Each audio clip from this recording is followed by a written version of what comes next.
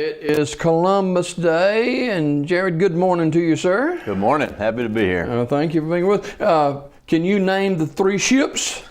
The Nina, the Pinta, the Santa Maria. Oh, man. You aced that test this morning. Very good. October is National Pharmacist Month, American Pharmacist Month, and talk a little bit about that this morning, would you? Sure.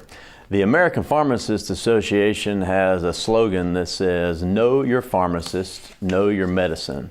I really like that, and first I'll talk a little bit about know your pharmacist. Okay. You know, why is that important? Well, it's important for every one of you to have a relationship with your pharmacist. Let's talk about the role of the pharmacist first. You know, we're not just gatekeepers of medication. That may be what you think when you come into a pharmacy. These are the guys that are holding the medicine back there. They only give it out at the appropriate time, and that's right, and we're proud of that. But the truth is that our main role is to ensure the safe and effective use of medication, and there's a whole lot involved in that, more than just counting pills and putting them in a bottle. And y'all built up a clientele over the years with your father and Jacob and you yourself and other pharmacists there. And building up this clientele, you do get to know the people, and you hope that they get to know you. Oh yeah, very, very important. You know, honestly, some people think that it may not be that important what pharmacy you choose, but that's totally incorrect. You have to have a pharmacist that you trust and that you know that you'll get reliable answers from and that you can go to for those everyday healthcare needs, for sure. Now, when you're talking about knowing your pharmacist, and that doesn't necessarily mean, well, we know them from church or we know them from the grocery store. It's really getting to know, and that key word is trust your pharmacist. Oh, absolutely. And no, it's not. It doesn't mean we have to go to dinner every night. It just means that we have to know you. We have to know your health conditions. We have to know the things that drive you. We have to know all of your medications, which brings up another great point. If I don't have a list of all your medications, I cannot accurately help you know if your new medications are going to be good for you or not. Now, with as many medications as some people have subscribed to them and prescribed to them, it's very important that, hey, you know what that individual is already taking, and you know, sometimes you can get medicines crossed up. Oh, sure. You know, there are medications that, for lack of a better way to say it, butt heads with each other or interact with each other. And for lack of a better way to say it, they just shouldn't be taken together. And so if your pharmacist has a list of all those things that you take, both prescription and over the counter, he or she can accurately tell if any new medication will cause a problem.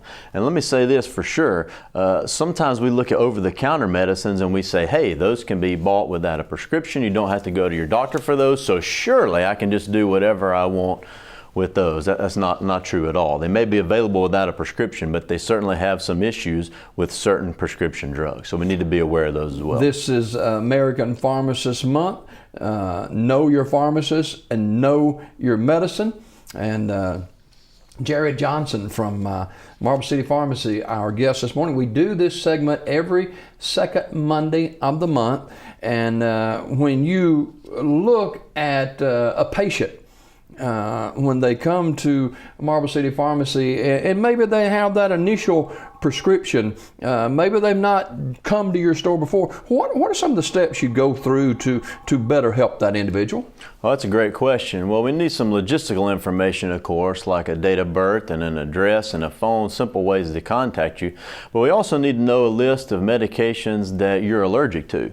You know, not everybody's allergic to medications, but some people have certain ones that they simply can't take, right? And so if we have a list of those, then we certainly would never give you anything related to that chemically. We also need to know the rest of your medication profile. If you're coming in from another pharmacy and you have a list of medications that you already take, we would get that from you. And so just another step in the responsible helping you use the medication safe and effective. And for the individual, understanding their medications. It's just something that the doctor gave me and he told me to take for a little while, and I'll just give it to you and I'll take the medicine. It's much more than that. Well, it's much more than that, and that's why we say know your pharmacist, know your medicine.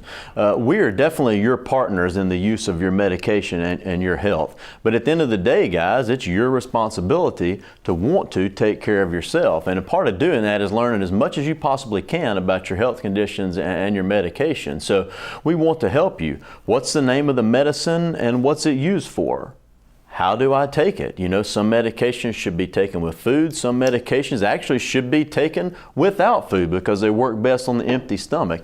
Those are just certain examples. What time of day should I take the medicine? How long should I take it? Some people a lot of times are confused. Is this something I'm going to have to do the rest of my life? That can be pretty scary.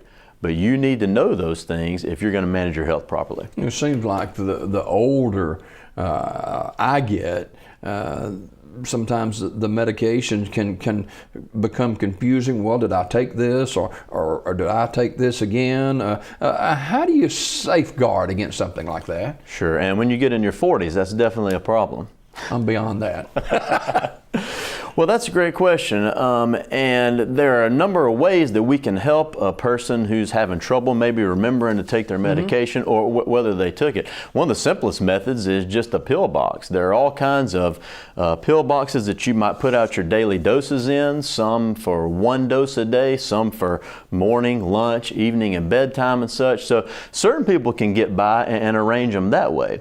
But then you have the issue of filling those up or taking multiple doses at once. There are actually some even greater technology if you're interested. There are devices that can be purchased that actually lock if you have a patient with dementia so that they don't take more than one dose at a time. So all kinds of things that we can work with you with out there technology-wise. Jared Johnson, pharmacist at Marble City Pharmacy, our guest this morning. This is National Pharmacist Month. It's also, there is a particular day that's Alabama Pharmacy Technicians Day. What is a pharmacy tech?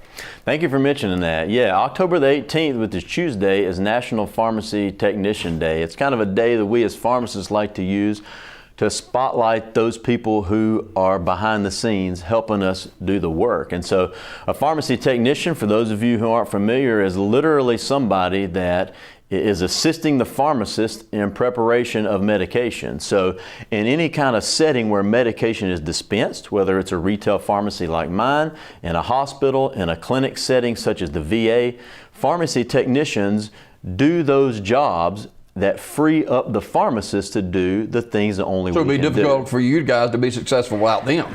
Not only would we not be successful, we wouldn't even exist. So shout out to all you pharmacy technicians. We have 4 full-time ones at our pharmacy that are absolutely fantastic.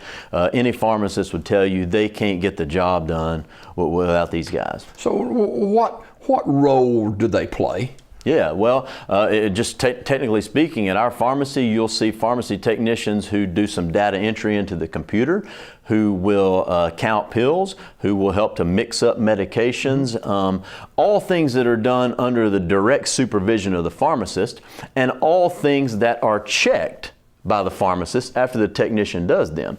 It's just that those are the tasks that can be done by somebody else to free us up to look at things like, does this medicine interact with other drugs the patient takes?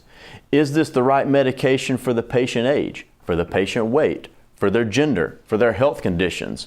Those things that the pharmacists are trained specifically to do. Jared Johnson, our guest this morning. This is American Pharmacist Month, and October the 18th is American Pharmacy Technicians Day. So Jared continues with us for a few more minutes this morning.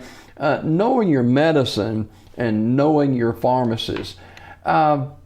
We can't stress enough the importance of making sure that you have confidence in that individual who is your pharmacist, because in getting to know them, you can feel confident that they're going to get it right.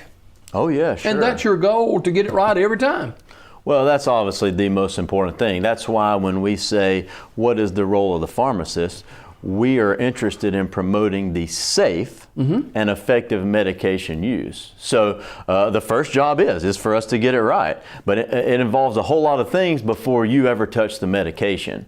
And it's some of the things that I mentioned before. Is this the right medication for this patient's particular set of circumstances? And then ensuring that we give them the right thing, for sure. And I'm sure, Jared, that over the years, the patient gets to know the pharmacist, and they come in, they've got stories they want to tell you about their kids or grandkids, and that's the local feel of a pharmacist and a pharmacy in our community, where you want them to feel at home. You want them to understand that you're not some stick in the mud guy that's just going to do A, B, C, and D. Oh, sure. Well, we love to holler at them when they walk in the front door. It makes them know that we love them. And it's great that we know the grandkids, we know the kids of the patients themselves, and they really do become part of our family. We know things about them. Unfortunately, we've seen body parts and heard stories that maybe we didn't want to see or hear,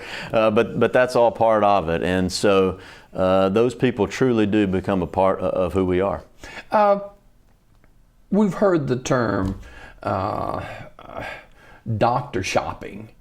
But we've also heard the term of pharmacy shopping. Why should an individual or a family use one pharmacy? Oh, sure. Honestly, it's very simple. If your medication profile and your medication history is spread out at this pharmacy, and this pharmacy, when you come to me with a new prescription, I cannot give you an accurate answer as to whether it will be safe from you. I need the entire history, prescription and OTC medications, including things that the patient's allergic to be able to make a good decision for each person. What is the most common prescription that you feel? Marble City Pharmacy, what would be the most common? The most common single drug is probably Norco, which is a pain medicine, hydrocodone and acetaminophen. It has been in past years the most commonly prescribed prescription in the United States. Wow, didn't know that. Jared Johnson, our guest this morning. It is American Pharmacist Month throughout the month of October. October the 18th is National Pharmacy Technician Day. And when you guys started here in Sylacauga, of course, Danny and Jacob and yourself, has this progressed even greater than you thought it would? I mean, it seemed like it's just going great guns. Well, when my father, Danny, and Mr. James Hobson started the pharmacy in 2003, I think they expected to be successful because they had both had successful careers before. But yeah, the thing blew up a lot faster than they ever expected it to, and been very, very successful. I mean, the people of Sylacauga have been fantastic to our family. Our family's found a home here, and we are just thrilled to be here. If a person has a prescription filled, and just say that it's at Marble City Pharmacy because you're the guest on the show, we'll ask you this, and they say, well, I'm not so sure about this. I'm not confident or comfortable in this particular medication. Can they come to you and say, hey, explain this to me? Oh, absolutely. And that's what we want. If you've been in our pharmacy before, you may notice that while you're standing there, I may take 4 or 5 phone calls literally while you're standing there. We're on the phone all day long answering questions from patients. We're standing over in the corner and out in the aisles answering questions for patients. That's fantastic to me because that shows me somebody who's engaged and who cares what they're putting into their body. Sometimes you have people say, I'm sorry to bother you with this question. It's the exact opposite of that. You want those people who are engaged because those are the people who will be most successful with their medicines.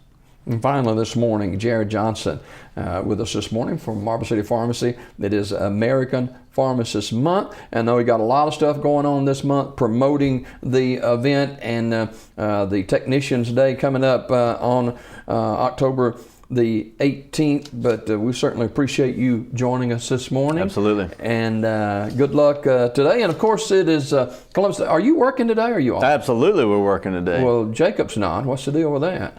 Jacob's on vacation. As usual, I'll be doing all the work. Health Monday, a presentation here of WOIL TV 47, the Alabama Cable Network. Jared Johnson from Marble City Pharmacist, our guest. We'll be back with a whole lot more. This is American Pharmacist Month. You are watching Daybreak Live. Bye.